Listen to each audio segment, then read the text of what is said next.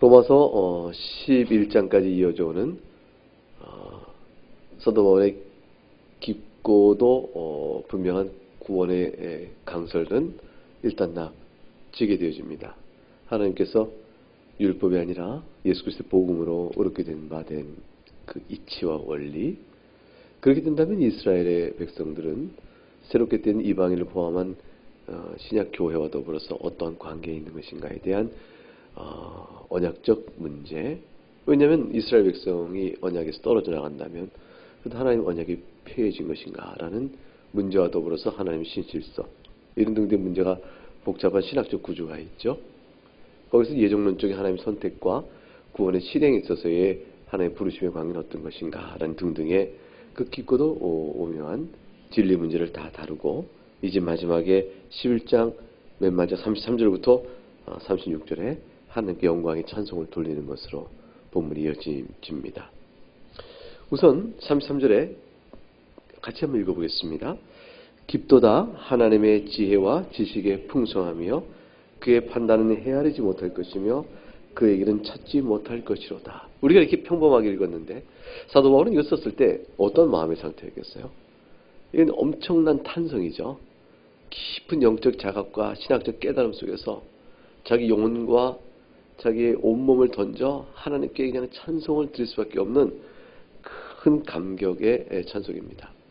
하나님의 작정이 얼마나 신비로운지, 창조주 하나님께서 만드신 사람을 이끌어 가시는 그 경륜이 얼마나 놀라운지, 그 경륜 가운데서 구원의 맥락은 또한 얼마나 하나님의 지혜로운 가운데 이루어지는 것인지, 이 모든 것들을 나름대로 깨닫고 나서 그 신비로운 경이로움에 벅차서 터져나온 탄성입니다. 그야말로 하나님께 올리는 영광의 고백이라고 볼 수가 있습니다. 이것은 어리석은 인간이 하나님의 구원론적인 경륜에 대해서 이렇게 저렇게 판단할 수 없구나. 인간은 실로 무모하며 인간은 실로 미련하며 인간은 하나님의 그 놀라운 섭리를 도무지 알 길이 없는 그런 존재에 불과하구나라는 사실에 대한 자각과 더불어서 하나님의 크심이 이제 드러나는 것입니다. 하나님의 지혜와 지식이 얼마나 풍성한가, 그 풍성함이 얼마나 깊고도 깊은가, 이렇게 되는 것이에요. 그러니까 풍성함은 무엇이 풍성합니까? 그럼 지혜와 지식이 풍성합니다. 이 풍성함이 깊도다, 하나님의 지혜가 깊도다, 지식이 깊도다 해서 지식과 지혜와 풍성함을 하나님께서 갖고 있는 것으로 동일하게 나열해서 번역하는 일이 있는데 그게 좋은 번역이 아닙니다. 도리어 이것은 하나님의 지식과 지혜가 실로 풍성한데 그 풍성한 지혜와 지식이 얼마나 깊은가, 끝도 없구나라는 것에 대한 감탄으로 이어져 가는 겁니다. 이 말은 결국 우리가 어떻게 적용이 되냐면, 우리가 하나님에 대해서 말할 때, 하나님이 하시는 일에 대해서 말할 때, 하나님의 영원한 계획은 도대체 무엇일까, 이것에 대해서 말할 때, 우리가 알지 못하는 그 신비로운 일에 대해서 말할 때 사실은 말할 수 없는 것임을 깨닫고 말해야 한다는 것이에요. 이 입에 재갈을 물리고 다만 그것이 어떻게 된 것이지? 알고자 함일 따름이지, 그것에 대하여 시시콜콜 판단할 수 없음에 대한 자기 존재의 미천함에 대한 자각이 함께 아우러 오는 것이죠. 하나님의 말씀의 한계에 따라서, 말씀의 한계라는 것은 다른 것이 아니고 성경이에요.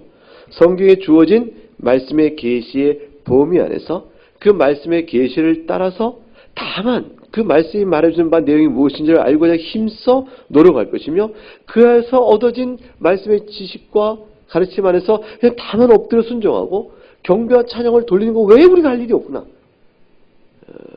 이 말씀입니다. 바울이 어떤 사람이죠? 그래서 고린도 후서 12장 한번 가보세요. 고린도 후서 12장. 고린도 후서 12장 298쪽 어간에 있습니다. 1절부터 4절까지 말씀을 같이 한번 읽어보죠. 시작. 무익하나마 내가 부득불 자랑하노니 주의 환상과 계시를 말하리라.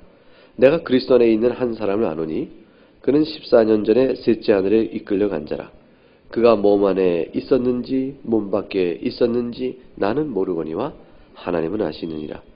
내가 이런 사람을 아노니 그가 몸 안에 있었는지 몸 밖에 있었는지 나는 모르거니와 하나님은 아시느니라. 그가 낙원으로 이끌려가서 말로 표현할 수 없는 말을 들었으니 사람이 가히 이르지 못할 말이로다. 여기서 나는 누구를 가리키죠? 사도 바울입니다. 그래서 사도 바울께서는 성경을 써나갔던 영감된 계시를 받은 사람이죠.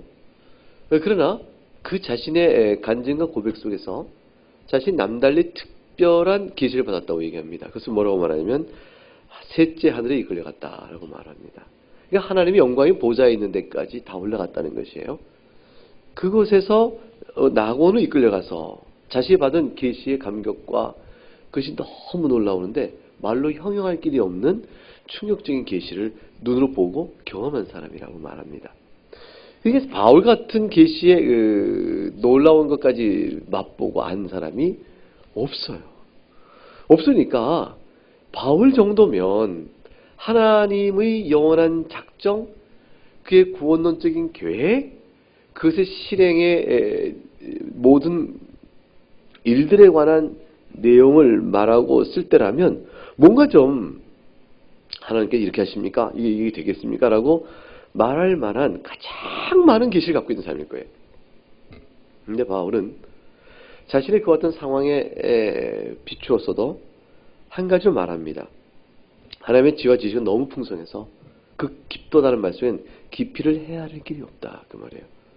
단순히 깊다, 그냥 깊이를 헤아릴 길이 없다. 그러니까 우리가 물 깊은 것을 보면 얼마나 깊을까? 이렇게 겁이 날 만큼 깊은 시퍼런 물을 볼 때 그런 것처럼 하나님의 바닥, 밑바닥을 측량할 길이 없는 그런 하나님의 지혜 부요함의 어마어마한 규모에 그냥 놀라버립니다. 그러니까 말하자면 자신이 하나님의 은혜를 입어서 고린도후서 12장 방금 읽었던 것처럼 3층 천 셋째 하늘에 올라 하나님의 지성 보좌 앞에 이를 정도에까지 낙원에 이르러서 말로 표현할 수 없는 환상을 입은 자임에도 불구하고 자신은 하나님의 계획 앞에서 어리석은 자여 짐승 같은 자에 불과하다고 그 답은 엎드려 경배할 따름이라고 이렇게 고백하고 있는 겁니다. 같은 말을 계속 반복하는 것이죠. 그러니까 33절에 그의 판단은 헤아리지 못할 것이며 그의 길은 찾지 못할 것이다. 이게 사실 똑같은 뜻의 반복이에요. 판단과 길은 다른 단어를 쓰고 있지만 다른 단어를 쓴다고 해서 내용 자체가 달라지는 것이 아니에요. 결국 하나님이 결정하셔 행하고자 하는 그 결정의 내용, 그 일의 내용은 어떤 것도 인간이 호기심을 갖고 그 신비를 알고자 캐고자 하여 할 수 있는 것이 아니다. 다만 인간이 하나님의 영원한 비밀한 계획들을 알고자 하여 들여다보고 그 신비를 캐고자 해도 엄두도 낼 수 없는 존재에 불과하다는 사실, 이 사실은 거꾸로 뭘 의미하냐면 그러므로 그 하나님의 작정을 빌미로 내가 이해하지 못함으로 하나님 어찌 그럴 수 있습니까? 라고 하나님 판단한다면 그게 죄가 된다는 사실이에요. 하나님 어떻게 이럴 수 있죠? 하나님 우리에게 나타내 보이신 하나님의 그 섭리 실행들이 있어요. 하나님의 섭리 실행은 그의 작정에 대해 이루어져 가는 거예요. 시간 내에서 이루어진 것이죠. 영원 안에 하나님 작정하신 계획들이 시간 내에 이루어질 때 우리는 그 섭리를 바라보는데 그걸 바라보면서 하나님이 이럴 수가 있나? 이건 아니죠. 라고 하나님의 행하신 일에 대해서 어떤 판단을 하고 하면 그 계획은 잘못된 게 같아요. 이렇게 말하는 것 자체가 할 수 없는 말을 하는 것이요. 이거는 죄다. 이 사실을 오늘 본문에서 암시하고 있는 것입니다. 왜냐하면 우리가 이해하지 못한다 할지라도 우리 안에 펼쳐지는 하나님의 섭리의 실행은 모든 것이 다 하나님께서 우리에게 경배를 받게 합당하신 일들을 하고 계신 것이에요. 우리는 이치를 헤아리지 못하나 하나님 행하시는 즉 경배하고 우리는 이치를 헤아리지 못하나 하나님 행하시는 즉 찬송해야 한다는 것이죠. 우리는 시간 내에 사는 존재라서 어제는 오늘을 모르고 오늘은 미래를 몰라요. 내일을 모릅니다. 그걸 모르는 인간은 오늘의 상황이 너무 딱하고 아픈 거예요. 이것이 다시 내일이 오늘 되고 또 1년이 내일 오늘이 되어지고 10년 뒤가 오늘 되어진 상황 속에서 계속 오늘 가슴 앓이하고 산다 할지라도 하나님 이럴 수 있나? 10년 세월이 흘렀으면 이럴 수 있나요? 라고 말을 한다 할지라도 그러나 또 앞에 있는 미래와 관련해서 하나님 어떤 계획과 어떤 지혜 가운데 하시는지 우리 전혀 알 수 없는 우리는 하나님의 지혜로움과 지혜의 그 부유함의 깊이를 믿고 의지하면서 찬양을 해야 될 부르심 받고 있는 존재에 불과하다라는 것이에요. 그게 우리의 본분이요. 우리가 마땅히 할 일입니다. 그러니까 그것에 어긋나서 시비를 하나님께 따진다. 시비 거는 거죠. 잘했니 못했니, 당신이 잘했어 못해서 따지듯이 시비를 따지는 듯이 하나님께 묻고 아닌 것 같아 라고 판단, 그럴 수 없어 하나님 이렇게 하셔봤죠 라고 말하는 것 자체가 죄입니다. 그럼 우리가 기도할 때 현실의 어려움과 아픔 때문에 하나님 너무 힘들어요, 이렇게 얘기하거나 하나님 이렇게 했으면 좋겠습니다, 하나님 근데 어째 이렇게 되시나요, 하나님 죄의 오랜 길을 어째 외면을 하시나요, 이렇게 하나님께 불평과 원망을 내어놓고 기도할 수도 있는데 그 전부가 다 죄인가요? 이럴 때 우리가 감정과 정서상으로 하나님 어쩌기 너무 힘들어요 라고 말하는 것까지는 괜찮아요. 하나님 틀렸어요, 이건 잘못된 거예요. 하나님이 너무 힘드니 하나님이 어떻게 하면 좋아요? 제 마음이 이렇게 안타까운데 하나님 어찌 응답을 아직까지 안 해주시나요? 하나님 응답해 주세요. 이렇게 간절히 바라는 바람에 응답을 간구하며 침묵하신 하나님 앞에 외쳐보는 것까지는 괜찮은데, 하나님 그러니까 잘못된 거잖아요. 그럴 수 없죠. 사람이라도 그렇게는 안 하겠어요. 이렇게 얘기하는 건 잘못된 거 기도하는 거죠. 사람이라도 이 정도 했으면 듣겠어요. 하나님 어찌 그럴 수 있어요. 이렇게 하나님 무정하시네, 이렇게 판단해 가는 것은 죄인가 되는 거죠. 기도는 겸손히요 하나님 주권 앞에 엎드리는 것이기 때문에 하나님이 오르십니다. 그러나 옳은 것을 다 알지 못하고 힘들어하는 우리의 연약한 처지를 돌아보시 주세요. 이렇게 해서 눈물로 하나님 앞에 말하는 것은 그건 다 들으시는 기도죠. 우리가 그렇게 기도할 수 있어요. 여기 이제 국면 차이가 있죠. 왜 그러냐면 일반적인 섭리에서 하나님이 인생을 끌어가는, 누구나 다 겪는 섭리 가운데 겪는 어려움 같으면 그냥 탄식해야 되는데, 조금 특별하죠. 하나님께서 우리 각각을 향한, 개인을 향한 구체적인 목적이 있거든요.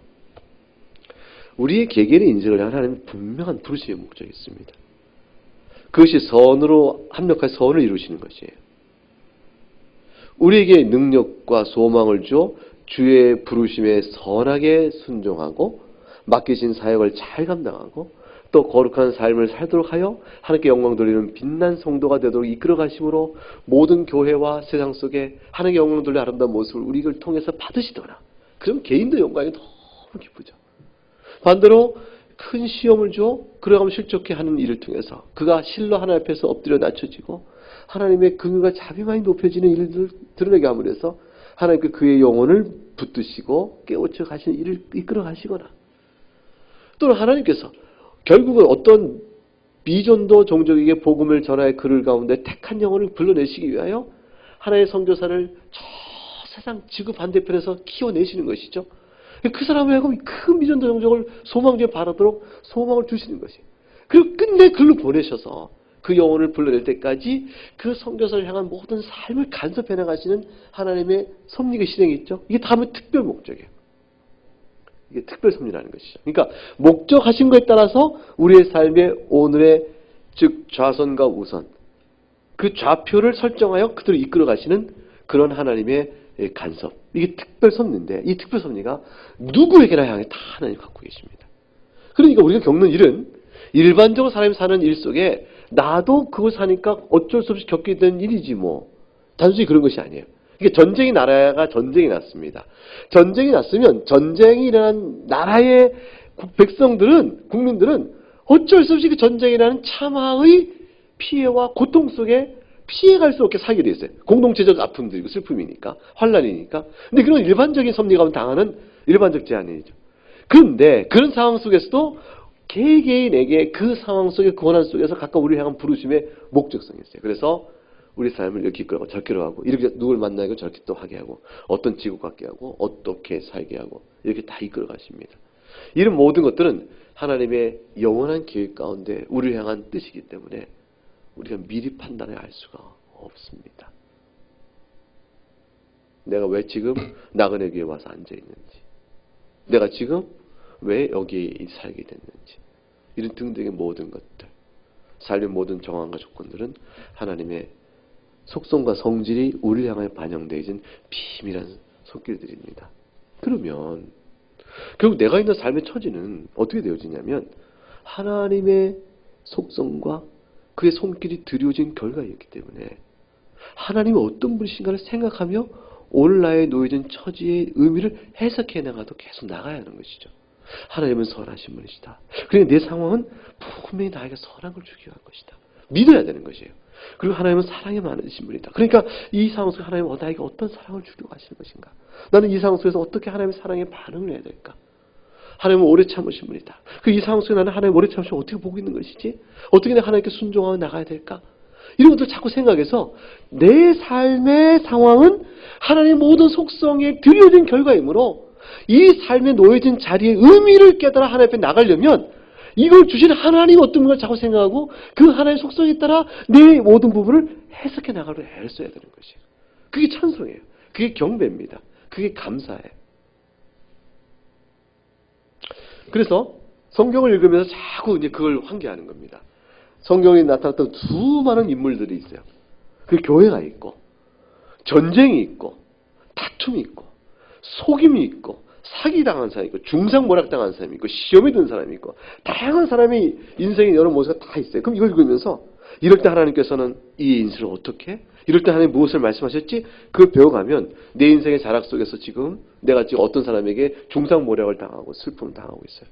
억울히 견딜 수가 없어요. 그래도 이럴 때 하나님은 어떻게 그렇게 그 사람을 불러내셔서 하셨지? 그리고 하나님을 바라보는 힘을 얻어가는 겁니다. 그래서 사람은 하나님께서 갖고 있는 영원한 계획과 경륜이 뭔가를 알기 위해서 지성소의 그 휘장을 걷고 들여다보려고 하면 안 되고 이게 죄예요. 알 수도 없어요. 지금같이 하나 성경에 계시된 말씀에 기초하여 알아간 하나님을 놓고 우리가 내 삶을 정직히 내어놓으며 무릎 꿇고 기도하는 거죠. 그래서 하나님 알게 해주세요. 도와주세요. 깨닫게 해주세요. 힘을 주세요. 이렇게 기도하는 겁니다.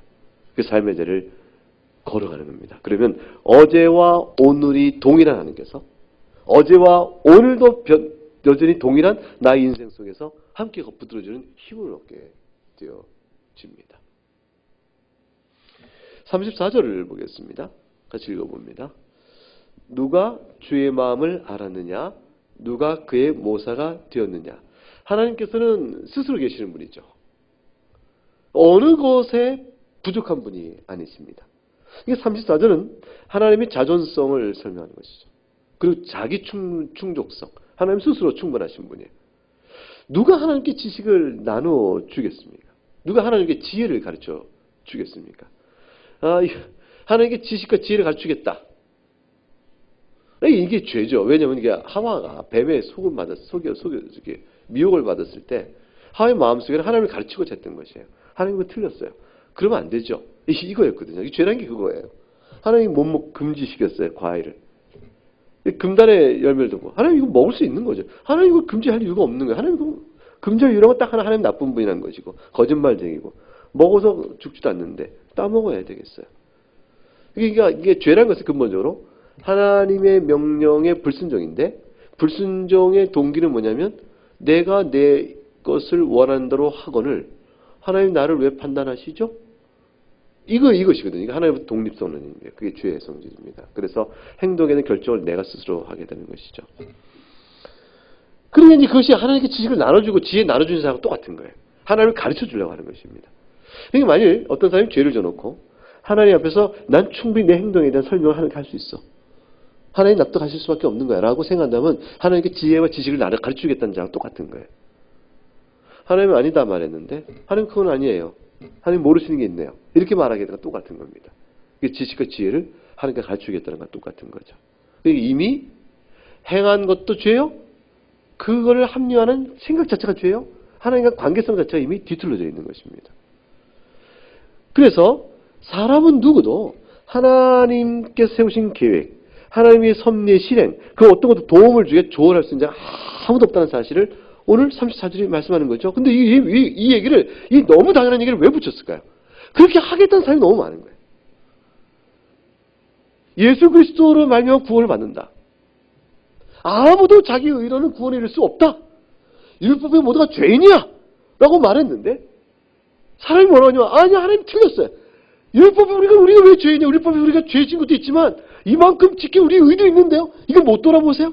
하나님 이렇게 순전하게 하나님 앞에 순종해 우리들을 다 저 셀이나 창기와 똑같이 취급한다면 하나님 그건 하나님 공에 어긋나는 거죠. 라고 말함으로 하나님께 우리에게 주신 받은 구원의 도리에 대하여 하나님 잘못됐어요. 뭔가 부족하죠라고 말하려고 하는 사람들이 너무 많은 거예요. 그 세상 사람이 다 그래요. 이 바리새인이 다 그랬어요. 제사장들 다 그랬어요. 예수 그리스도의 절대의, 그 앞에 순종, 그의 의 외에는 구원이 없다. 예수 그리스도의 의를 더디는 거에는 우리 구원이 없다는 사실에 대한 완전한 승복을 못하는 겁니다. 논리적 승복을 못하고 약의 영적 실존에 대한 착각과 왜곡이 있으니까 하나님을 자꾸 가르쳐 주려고. 그래서 복음에 대한 반대자가 되어버리는 겁니다. 그래서 네가 주의 마음을 알았느냐? 네가 주께 모사가 되겠어? 이사야서 55장을 한번 해보시기 바랍니다. 이사야서 55장.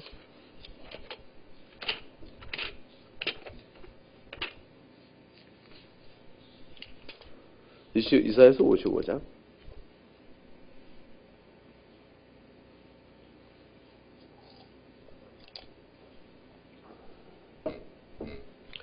(8절과) (9절) 말씀 읽어볼까요?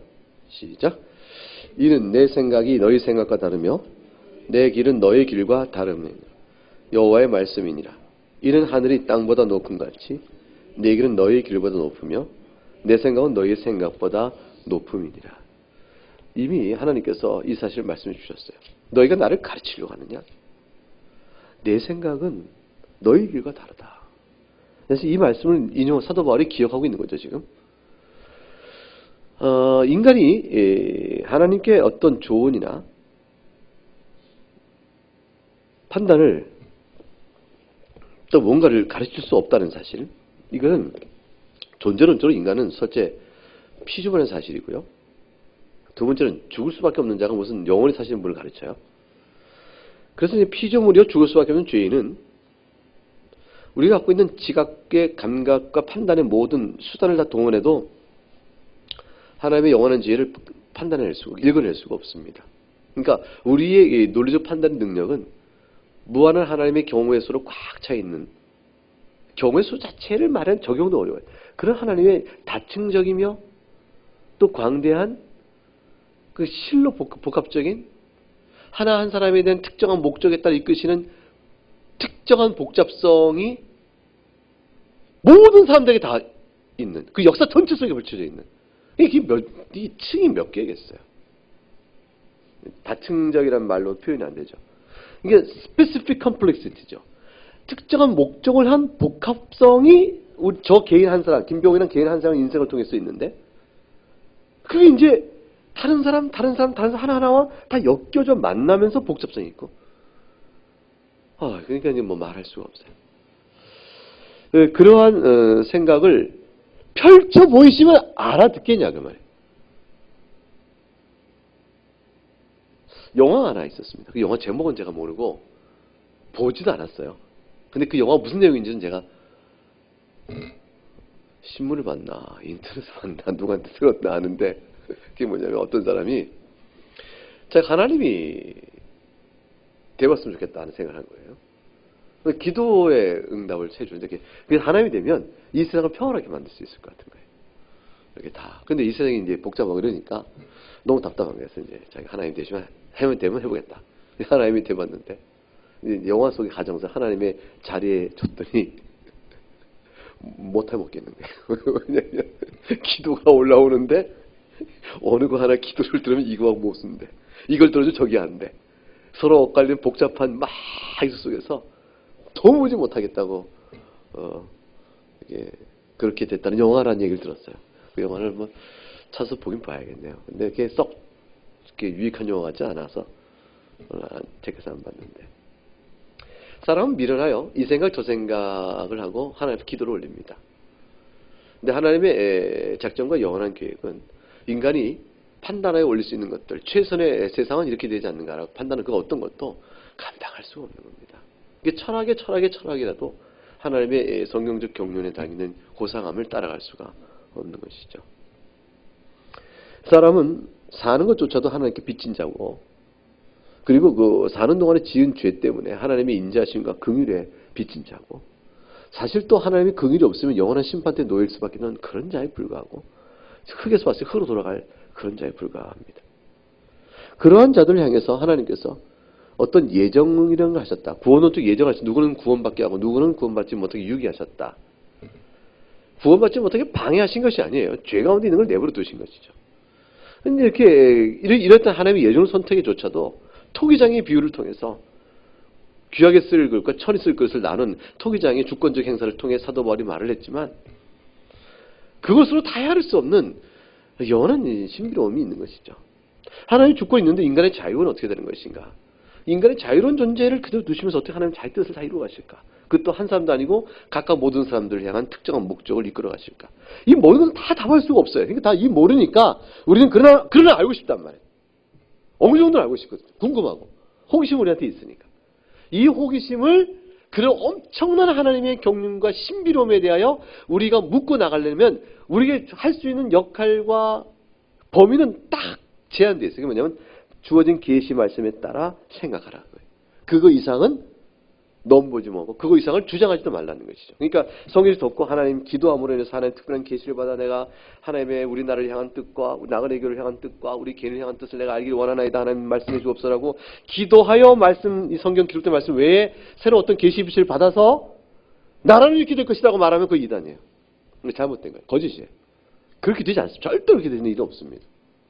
그러니까 믿지 마시기 바랍니다. 혹시 저 사람 내 맞췄네? 이런 일이 있어도요. 그 믿지 마세요. 점장이 따다 맞히고 무당도 맞추고 그런 일을 허다하니까 맞췄네라고. 우리 생각에 맞췄네라고 하는 것은 맞힌 게 아니에요. 아닙니다. 절대 마귀도 미래는 몰라요.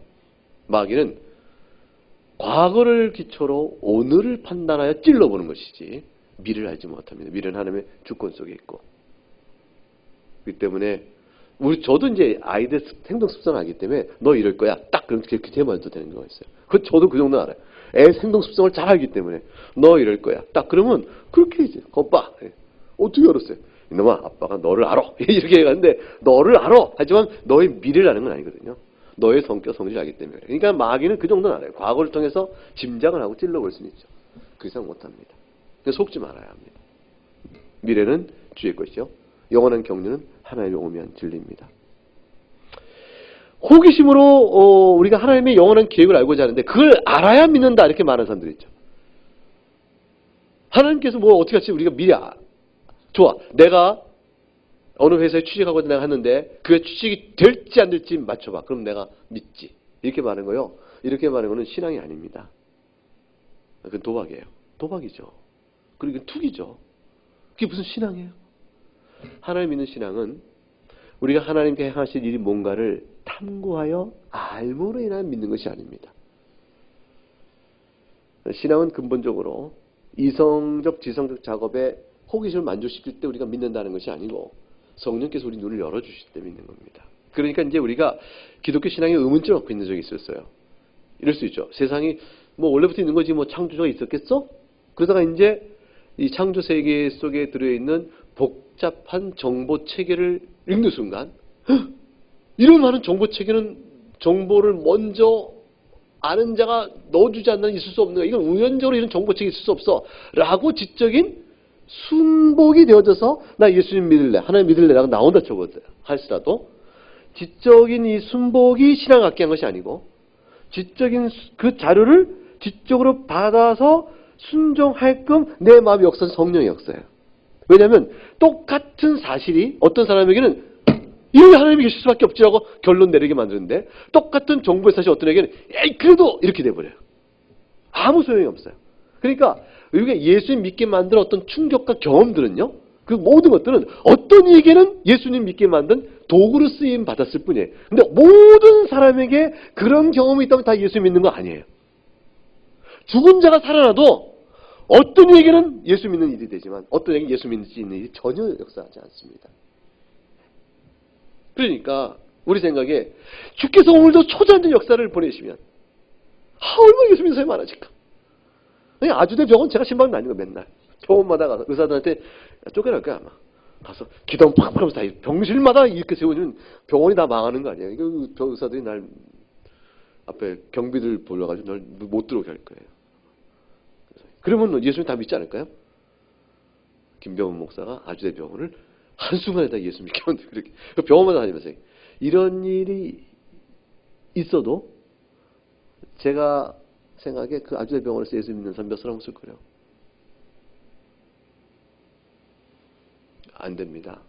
성령께서 우리 마음을 붙드셔야 돼요. 그래서 하나님께서 영원한 계획을 미리 알려주시고 우리에게 충격을 통해서 예수 믿게 하는 것이 아닙니다. 간증이라는 것이 변비치 않은 사람들이 있어요. 예수 믿는 이유를 설명해 말할 때 딱히 말하기 어려운 거예요. 그냥 믿어줬어요.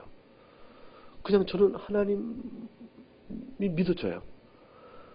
아니, 지가 전과 20범인데 뭐 이렇게 은혜 받았다든가 병 들었는데 죽었다가 나갔다든가 이런 거 없어? 그런 거 없는데 어떻게 예수를 간증 좀 시원한 거 좀 해봐 이렇게 얘기해도 그런 거 없어도 그런 거 자체가 예수 믿게 하는 게 아닙니다. 고린도서 2장과 4절 갈까요? 고린도서 2장 가보면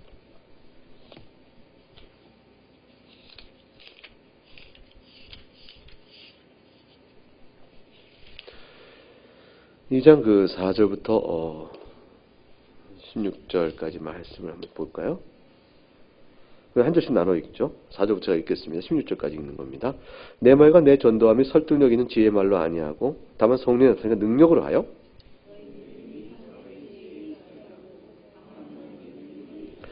그러나 우리가 온전한 자들 중에서는 지혜를 말하노니 이는 이 세상의 지혜가 아니요 또 이 세상에서 없을 통치자들의 지혜도 아니요 오직 은밀한 가운데 있는 하나님의 지혜를 말하는 것으로서 곧 감추어졌던 것인데 하나님이 우리의 영광을 위하여 만세전에 이에 정하신 것이라. 이 지혜는 이 세대의 통치자들이 한 사람도 알지 못하였나니 만약 알았더라면 영광의 주를 십자가에 못 박지 아니하였으리라. 기록된 바 하나님이 자기를 사랑하는 자들을 위하여 예비하신 모든 것은 눈으로 보지 못하고 귀로 듣지 못하고 사람의 마음으로 생각하지도 못하였다 함과 같으니라. 오직 하나님이 성령으로 이것을 우리에게 보이셨으니 성령은 모든 것 곧 하나님의 깊은 것까지라도 통달하시느니라. 하나님을 사람 속에 있는 영 외에 누가 알리요? 이와 같이 하나님의 일도 하나님의 영 외에는 아무도 알지 못하느니라. 우리가 세상의 영을 받지 아니하고 오직 하나님으로부터 온 영을 받았으니 이는 우리로 하여금 하나님께서 우리에게 은혜로 주신 것들을 알게 하려 하심이라. 우리가 이것을 말하거니와 사람의 지혜가 가르친 말로 아니하고 오직 성령께서 가르치신 것으로 하니 영적인 일은 영적인 것으로 분별하느니라. 육에 속한 자는 하나님의 성령의 일들을 받지 아니하나니 이는 그것들이 그에게는 어리석게 보이며 또 그는 그것들을 알 수도 없나니 그러므로 그러한 일들은 영적으로 분별되기 때문이라. 신령한 자는 모든 것을 판단하나 자기는 아무에게도 판단을 받지 아니하니라. 같이 읽어요. 누가 주의 마음을 알아서 주를 가르치겠느냐? 그러나 우리가 그리스도의 마음을 가졌느니라. 누가 주의 마음을 알았느냐 그랬어요. 누가 주를 가르치겠느냐 그랬어요. 그럴 수 없죠. 그런데 그리스도의 마음을 우리가 가졌다라는 말씀은 성령 안에서 주시는 은혜로만 우리가 하나님의 뜻을 깨닫고 나아가는 것임을 말씀해 줍니다. 만일 우리가 이와 같은 하나님과 관계 속에서의 하나님의 이 영적인 탁월성과 높음과 숭고함과 위대함과 그 무한하심 앞에 엎드리는 피조물의 자세를 벗어버리면 거기서 떠나버리면 이탈되면 하나님을 우상 숭배하는 것과 똑같은 죄를 범하는 겁니다. 이사야서 40장을 열어보세요. 이사야서 40장.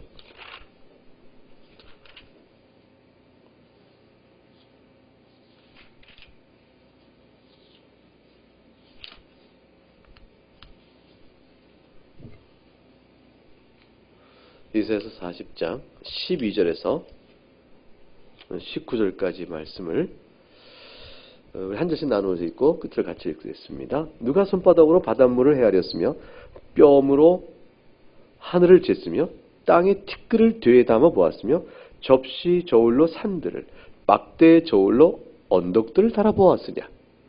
누가 여호와의 영을 지도하였으며 그의 모사가 되어 그를 가르쳤으랴. 그가 누가 더불어 의논하셨으며 누가 그를 교훈하였으며 그에게 정의 길로 가르쳤으며 지식을 가르쳤으며 통달의 도를 보여주었느냐. 보라 그에게는 열방이 통에 한 방울 물과 같고 저울의 작은 티끌 같으며 섬들은 떠오른 먼지 같으리니 레바논은 땔감에도 부족하겠고 그 짐승들은 번제에도 부족할 것이라. 그의 앞에는 모든 열방이 아무것도 아니라 그는 그들을 없는 것 같이 빈 것 같이 여기시니라. 18절 19절 같이 읽습니다. 그런즉 너희가 하나님을 누구와 같다 하겠으며 무슨 형상을 그에게 비기겠느냐. 우상은 장인이 부어 만들었고 장색이 금으로 입혔고 또 은사슬을 만든 것이니라. 자, 생각해 보세요. 그러니까 앞에 이사야 40장 12절부터 17절까지 말씀에 하나님은 누구하고도 비교할 수 없다 라는 걸 얘기하죠. 창조주 하나님의 높으심과 그 지혜의 부유함을 그대로 말해주고 있는데, 그런즉 너희가 하나님은 누구에 비하겠냐 라고 말하므로 하나님은 그런 하나님에 대하여 무언가를 가르치겠다, 무엇인가를 말해보겠다, 무엇을 판단하겠다 하면 그건 곧 뭐냐면 하나님은 마치 뭐와 같이 취급하는 거예요? 우상으로 여기는 것 같아요. 그래서 18절에 누구와 같다 해서 무슨 형상을 그에 비겠냐라고 말하고, 우상은 장인이 부어 만들었고 이렇게 되어지니까 너희가 하나님을 피조물 가운데 하나 섬기는 것밖에 취급하는 것이 더 되겠느냐, 이렇게 되어지는 것입니다.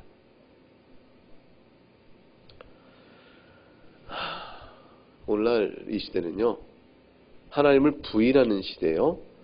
하나님을 분석하는 시대가 됐습니다. 그러니까 하나님을 계시지 않다라고 믿을 뿐만 아니라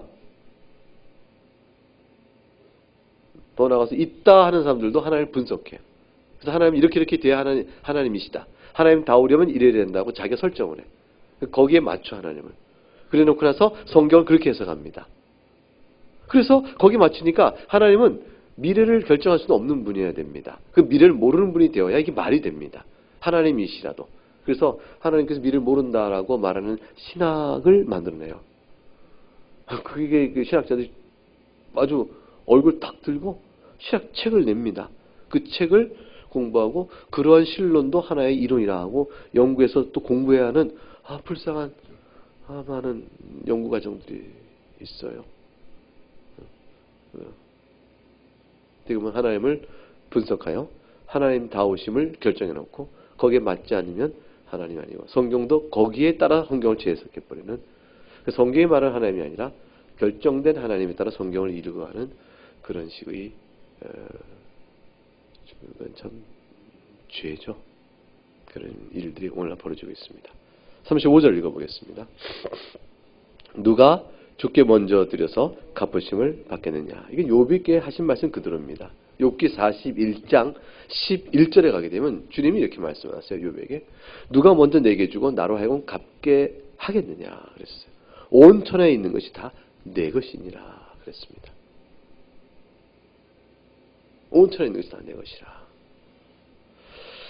누가 먼저 내게 주고 나로 하여금 그걸 갚도록 하겠느냐 하셨습니다.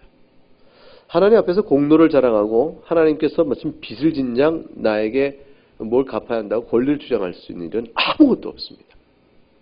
우리가 이제 하나님 앞에 헌신을 한다 말하는 건, 헌신은 그 헌신 자체가 은혜인 것이지, 헌신하여 뭘 드려서 뭘 갚을게, 하나님께 받을 게 있다고 생각하는 건 착각이에요. 물질을 하나님께 드렸습니다. 본래 내 것이 아니라 하나님께 주신 것을 받아 드린 것이죠. 이렇게까지 하나님께 많이 드렸는데 그것보다 더 많이 받았으니까 그만큼 드린 거죠. 하나님께 다 주신 것만 드린 거예요. 하나님, 제가 시간을 드렸는데요. 인생의 시간은 하나님 내게 주신 거잖아요. 하나님, 제가 은사를 드렸는데 은사는 누가 주신 건데요. 하나님, 제가 이렇게 훌륭하게 제 은사를 개발해서 이렇게 하나님 나라를 위해서 사용하고 있는데요. 그 은사가 개발되는 모든 시간과 물적 자원과 모든 환경은 누가 주셨는데요. 하나님 주신 것이거든요. 아니요, 내가 부지런하게 노력하고 밤새 잠 안 자고 몸을 막 쳐서 복종해서 이렇게 노력을 했잖아요. 그 노력의 마음과 기운은 누가 주셨는데요. 하나님이 다 주신 것이거든요. 그리고 누구라도 인생 중에서 먼저 받지 않자 한 것이 아무것도 없습니다. 그러니까 하나님께서 나를 좀, 지금 하나님 나를 다루시는 것보다, 하나님이 나를 지금 주신 것보다 좀 특별하게 다르게 저를 대해주셨어야 되는 거예요. 그렇게 말할 수가 없는 것입니다. 범사에 감사하고 범사를 인정하고 살아야 돼요. 되어진 일 속에서 하나님을 인정하고 살아야 됩니다. 다만 죄만 분별할 따르는 것이지 되어진 일 자체에서 하나님께 불평할 수는 안 돼요. 하나님, 우리가 어떤 어려운 일을 당했어요. 하나님, 제가 이런 어려움을 당할 만큼 하나님께 뭘 잘못했어요? 라고 물어보는 것 자체가 잘못이에요. 그렇게 자기가 다르게 요구할 무슨 권리가 있어요? 없습니다. 그러면 어려운 일에 아픔을 주님께 호소하고 도우심을 구할 따름이지. 연약한 인생 하나님 도와주세요. 그러면서 하나님이 도우심을 받고 하나님 선한 뜻이 있다니까요. 그걸 견뎌가는 것이죠. 하나님께서는 기억하세요. 우리가 어떤 환경과 어떤 처지와 어떤 일이 있다 할지라도 우리에게 빚지신 분이 아닙니다. 너희 11조를 드려봐라. 내가 너에게 하늘의 성전의 보화를 열고 쏟아붓지 않냐 이렇게 말씀하신 것은 하나님 빚지시겠다는 뜻이 아니고 탐욕으로 얼그러진 이스라엘 백성들에게 하나님 예비하는 심령에 비뚤어짐을 놓고 너희가 그렇게 돈을 좋아한다면 내가 돈을 줄 자가 아니냐 라고 하시는 말씀이에요.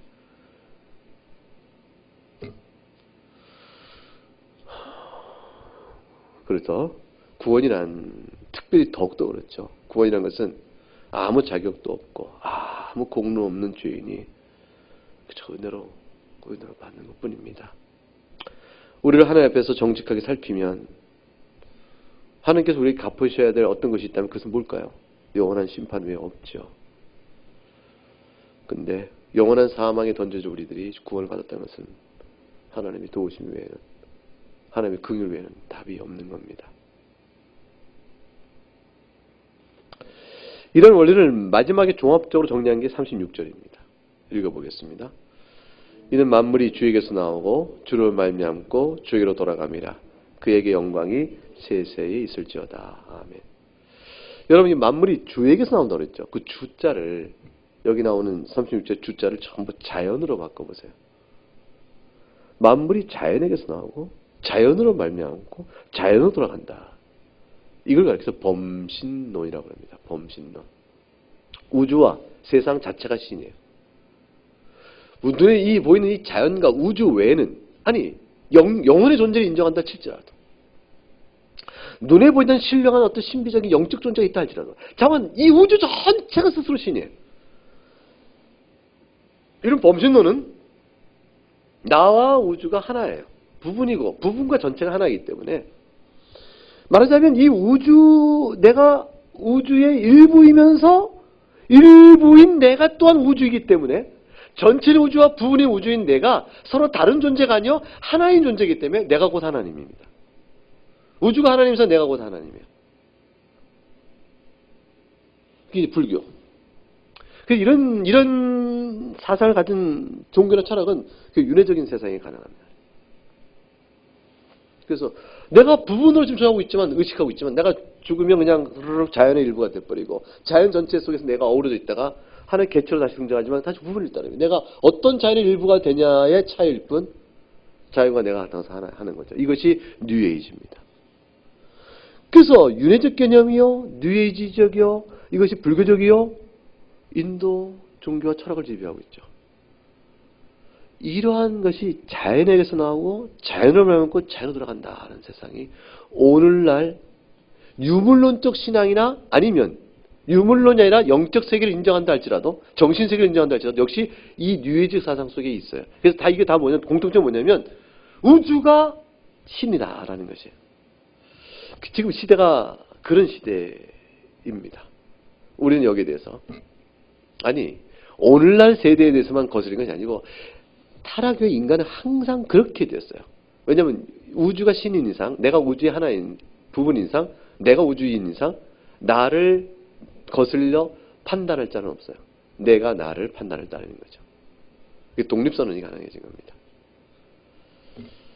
성경은 만물이 주에게서 나온다고 말합니다. 스스로 존재하는 것이 아니라고 말합니다. 지음을 받은 것이라 말합니다. 창조주가 계시다고 말합니다. 그러므로 인생이 맞춰지면 육신을 흙으로 돌아가지만 모든 하나님 형상으로 지음받은 인격적 존재는 하나님의 심판대 앞에 서게 되어 있는 겁니다. 그 흔적이 남아있어서 지난 주일 낯설길 때 말씀드린 것처럼 불교 내세관 안에도 인격적 존재이기 때문에 심판이 있다, 양심을 얘기하고 막 그러는 거예요. 모든 종교 속에 그거를 두려운 심판의 의미를 이렇게 하나님께서 흔적을 남겨놓으셨죠. 근데 그것을 이제 부인하려고 하니까 다시 그 심판과 윤회적 사상이 이게 진리와 거짓이 혼동되어 있는 겁니다. 모든 인격적 존재예요. 그런 사람은 하나님 앞에서 서게 돼 있고, 따라서 구원의 모든 일은 이 만물이라는 말이 이 하나님 만드신 모든 자연 만물이라는 개념 말고 이제 11장까지 이어진 구원론적 개념과 맞물려 본다면 이렇게도 해석이 가능하죠. 구원과 관련된 모든 일들은 주에게서 나오고 주로 발명하고 주에게 돌아간다. 그리고 뭐죠? 구원은 전적인 은혜로 이루어진다. 이렇게 될 수 있습니다. 그러니까 모든 만물이 창조주의 권능과 그의 다스림과 그의 자비의 상관이 있다. 뿐만 아니라 구원도 오직 주께로부터 말미암고 주에게로 주에서 나오고 주께로 말미암고 주에게 돌아가니 주에게로 돌아간다면 주님이 목적이라는 뜻이에요. 그렇게 되니까 전체적으로 구원은 오직 하나님의 은혜인 것이다. 이렇게 얘기할 수 있는 뜻을 담고 있습니다. 그러니까 주에게로 돌아감이라는 말은 끝점이기도 하지만 목표죠. 목표니까 목적이 되어집니다. 그러니까 주님에게서부터 나오고 주로 말미암아 보존되어지고 이루어진 모든 활동은 주님을 향하여 나아가니 주님만이 우리의 목적입니다. 하여 30절 맨 마지막에 그에게 영광이 세세에 있을지어다. 아멘. 이렇게 되어지는 겁니다. 그래서 이것이 우리의 존재 목적이 뭐냐 할 때 하나님을 영원하게 하는 것이요. 그리고 영원토록 즐거워하는 것이라는 말이 나오게 되어지는 것입니다. 그 외에 다른 것이 아닙니다. 그 외에 우리 인생에 다른 것이 없습니다. 그 외에 이 역사 속에 다른 것이 없고요. 그 외에 지구상에 모두 벌어진 일에 다른 것이 없습니다. 오직 하나님의 영광. 하나님께서 모든 죄인을 다스릴 때 공의의 영광을 나타내 심판하실 것이요. 모든 죄인들 가운데 그리스도로 말미암아 구원받는 자들을 붙들어내실 때 오직 긍휼의 영광으로 하나님 자신이 나타내실 것입니다. 이것이 우리에게 그럼 어떻게 살면 좋을까? 미가서 6장 6절과 6절부터 8 미가서 6장 6절 8절을 말씀을 오늘 말씀 적용적 말씀으로 열어보고 모든 설교를 마치도록 하겠습니다. 1295쪽 1295쪽가 되어 있습니다.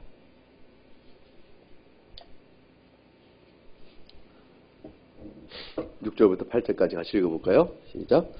내가 무엇을 가지고 여호와 앞에 나아가며 높으신 하나님께 경배할까? 내가 번제물로 1년 된 송아지를 가지고 그의 앞에 나아갈까? 여호와께서 천천의 순양이나 만만의 강물 같은 기름을 기뻐하실까? 내 허물을 위하여 내 맏아들을 내 영혼의 죄로 말미암아 내 몸의 열매를 드릴까? 사람아, 주께서 선한 것이 무엇임을 네게 보이셨나니 여호와께서 네게 구하시는 것은 오직 정의를 행하며 인자를 사랑하며 겸손하게 네 하나님과 함께 행하는 것이 아니냐. 이제 이 모든 이치를 알았으므로 우리에게 주어지는 적용의 교훈은 뭐냐면 어떻게 될까요? 그에게 영광이 세세에 있을지어다 라는 말씀의 적용은 결국 8절에 사람아, 주께서 선한 것이 무엇임을 내게 보이셨으니 여호와께 내게 구하시는 그것을 행하라. 뭐죠? 정의를 행하며 인자를 사랑하며 겸손히 하나님과 함께 행하라. 이것이 우리에게 적용점이 될 것입니다. 그래서 로마서 12장 1절에 그 유명한 말씀 1, 2절에 나오는 겁니다. 로마서 12장 1, 2절을 같이 읽어볼까요? 그러므로 형제들아, 내가 하나님 모든 자비하시고 너희를 권하노니 너희 몸을 하나님이 기뻐하시는 거룩한 산 제물로 드리라. 이는 너희가 드릴 영적 예배니라.